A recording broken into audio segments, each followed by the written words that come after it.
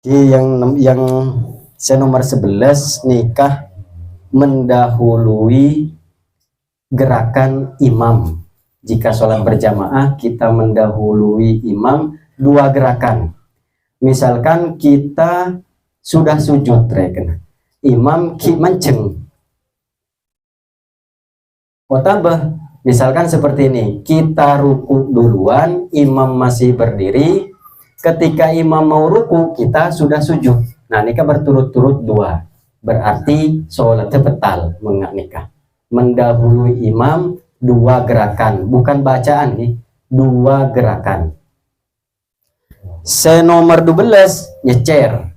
Baik itu mendahului acung ngadai imam dalam gerakan, ota bececer dari imam malah sujud, kita masih berdiri, maka itu juga membatalkan sholat kalau tanpa udur. Mun beda udur, misalkan imamnya kita itu adalah bacaan fatihahnya lambat, kan, kemudian imamnya itu bacana teng, maksudnya tak cepat tak lambat, kita yang sebagai makmum nikah bacaan fatihahnya lambat, maka itu tidak apa-apa kita nyecer 2 gerakan dari imam, tak napah, tak betal. Jadi sampurna aki fatihahnya. Jadi bukan misalkan imam polena ruku kita juga langsung ruku, karena yang seharusnya itu fatihah itu kan rukun, kita harus sempurnakan rukunnya. Jadi tak pun apa, misalkan kita cecer dari imam 2 gerakan apabila beda udur. Nah, udur ini kabebnya reken. Mun dalam nyecer, mun dalam acung ngadain imam, mendahului imam, nikah udur cuma kelopain, ota beta oning. Misalkan kita tak oning mendahului imam nikah petal 2 gerakan, maka itu tidak apa-apa. Ota boleh kelopain. Lupa kita langsung sujud karena imam tepat mancing karena itu karena lupa. Nah, nikah tak pun apa, nyecer pada kia cecer dari imam 2 gerakan, nikah juga akan membatalkan sholat jika tidak ada udur.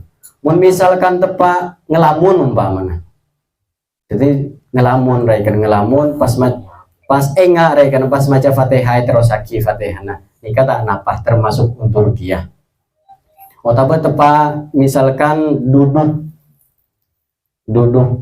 tasyahud, misalkan kita pusat pura karena pasti ketedung karena cecer dari imam 2 gerakan, maka itu juga termasuk udur selama tedung gelek pakun karena tak akulian. Misalkan tedung gelek dalam tahiyat gelek pas ageser karena nikah betal soalnya.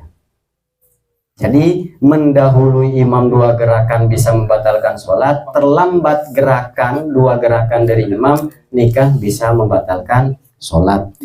Nomor 13, aniat ameke sholat. Kita punya niatan kok kemarin apa peke tentang sholat. Keniat meke sholat, nikah sholat kita sudah batal. Keniat meke sholat kita sudah batal. Lanjut, nomor 13, akan tongaki de pekena sholat de situng-situng. Jadi nikah sebut taklik rekena. Taklik nikah akan tongaki. Mun misalkan marena ojen, umpamana ketika kita sholat, pas kita niat marena mun pas ojen bingkoi peke sholat. Nah, itu pun akan membatalkan deka sholat. Taklik nikah bisa 2 rekena, bisa beda seadi beda meskipun kalau itu mustahil rekena. Marena mun salak ria pas teti cair, salak ini bisa jadi cair secara anu rekena kebiasaan. Mun pas cair kan mustahil rekena, salak nikah pas cair. Nah, maka itu pun akan membatalkan sholat. Marena salak mun pas cair rekena Arya engkau tang sholat apa betal lah. Nah, itu betal sholatnya. Mun mustahil akli, saya kocak mustahil akli, tak masuk akal, mustahil terjadi secara akal. Misalkan situng tambah 2 ketimpa kena. Mun misalkan salah kriya tambahin bingko, saya salah telo tambahin bingko 2, pas dilema peke tang sholat. Nah itu tidak membatalkan sholat karena mustahil akli. Mun mustahil adi cangki purun, misalkan aing tadi gerem mana itu kan mustahil, cuma adi secara adat reken, maka itu bisa membatalkan nikah. Mun dalam safinah nggak nikah. Jadi mun agentong ngaki sesuatu pegeng sholat gele aniat mege sholat tapi ada syaratnya reken.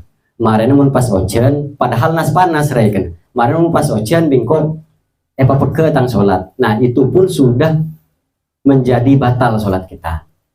Jadi senomor 13 akan tong ngakis peke na sholat de kasitung-situng. Terus 14 mang de peke na sholat. Nah misalkan kita mang apa engkau peke apa anje tang sholat. Nah itu bisa membatalkan sholat. Apa engkau gele niat apa anje siapa je. Nah itu bisa membatalkan sholat. Jadi baik itu dari segi rukunnya atau dari segi syarat. Misalkan syarat engkau gele wudu apa anje, nah itu bisa membatalkan de ke sholat. Mang de peke na sholat. Nah kemudian nikah sepenting boleh tining lamun orang parengila larakil otabeh beda orang bini datang dari nifas otabeh dari head dalam tengah-tengah nabaktoh sampai benih orang langkeng hadas, artinya benih orang cercer ben benih orang mustahadoh. Jadi nggak nikah. Misalkan beda orang laki atau nikah sebiasanya orang bini, nikah penting untuk istri kita seandi bini regen. Tapi yang belum punya bini juga nanti insya Allah andi bini. Mon misalkan kol 12 nikah waktu duhur sudah tiba. Nah kemudian depak 5 menit, kol 12 lebih 5 menit, pas datang dari head.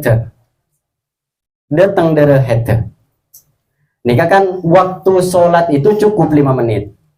Nah maka kulaku mun pas 4 derna perse socek, maka sholat duhur gele nikah wajib ekodoin.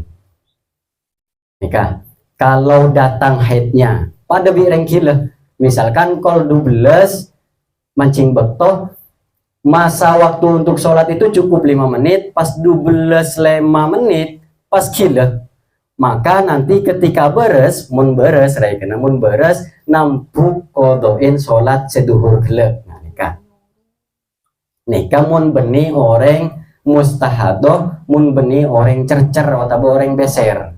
Mun orang beser atau orang mustahadoh, nikah bukan waktu 5 menit, tapi harus bisa waktunya itu sekitaran 15 menit.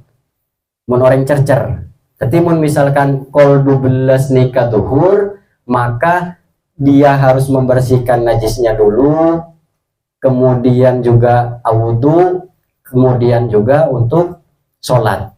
Perkiraan 15 menit. Mun orang Tapi mun misalkan beda orang cercer de imul hadas rekena langkeng hadasa kol 12 adan 15 menit kemudian pas kila ota bareng bini cercer atau mustahado pas datang dari hete, maka di waktu itu nanti kalau dia kan tak bisa sholat setelah jam 12 16 menit kela tak bisa sholat kan sudah datang dari hete, maka dia itu wajib ngodohin kudaku mun la perse mun la soceh. Nah, nikah mun orang de imul hadas berarti 15 menit karena jangka waktunya itu beni sasolatan. Mun orang beres jangkanya 5 menit untuk sasolatan. Mun de imul hadas kan kibenya prosesnya 60% najisnya, kemudian juga wudu atau 10 menit lah senikah. Nah nikah tidak boleh mun misalkan soceh muncang ki puru datang dari head, datang dari head, mungkin dari head ambu peke kena soce. Maka ini misalkan asar nikah pas anu kena dari head ambu sebelum asar jam 6 kurang reken, jam 6 misalkan adzan maghrib nikah kol 6. Nah nikah derhet nikah 4 pokol jam 5:59 kurang semenit. Jangka waktunya setakbiran beni sasolaten. Mun bisa ki buso untuk setakbiran, maka wajib laku kodoin antara asar ben duhur. Nikah. Mun datang mun ambu derhet. Mun ambu derhet. Mun misalkan tepat duhur, sholat duhur kena. Kol telo misalkan adzan asar nikah kol telo pas.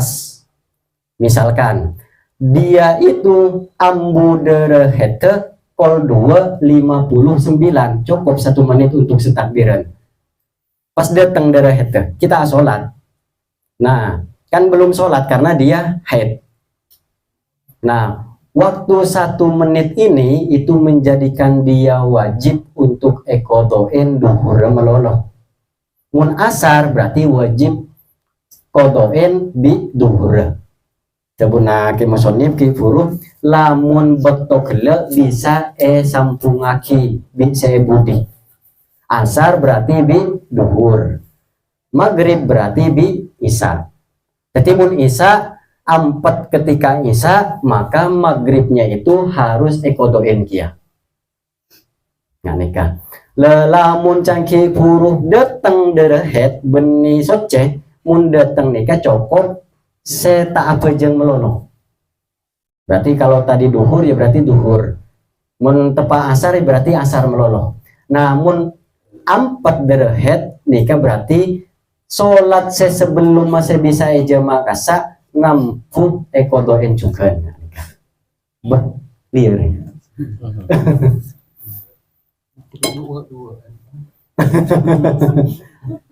Ya jadi intinya gini, kalau kita itu misalkan cangki burung orang bini datang darah haidnya ketika jam 12 jam 12 nikah adan datang darah haid kol 12 5 menit. Nah dari jangka waktu 5 menit gila kan busok untuk sasolakan, maka dia wajib ngodoin kuplak karena untuk dia sholat kan tak bisa lah datang darah haid. Nah nikah. Nah mun seki purun 4 darah haid soceh kena socena gila mun misalkan cokok untuk setakbiran, mun misalkan 4 gila kol 12 kena kol 12 adan kol 12 semenit nikah pas 4 derhet. Nah maka berarti tidak usah sholat yang subuh gele. Namun misalkan seasar kena maka nanti harus juga di kodok yang dari duhur kena. Jadi nikah mun se-4 beda mun se-4 ben sedetang nikah berkelir kira saya jelas sakit ki mungkin segini saja kena bisa dilanjut dengan pertanyaan ki wallahu taala alam.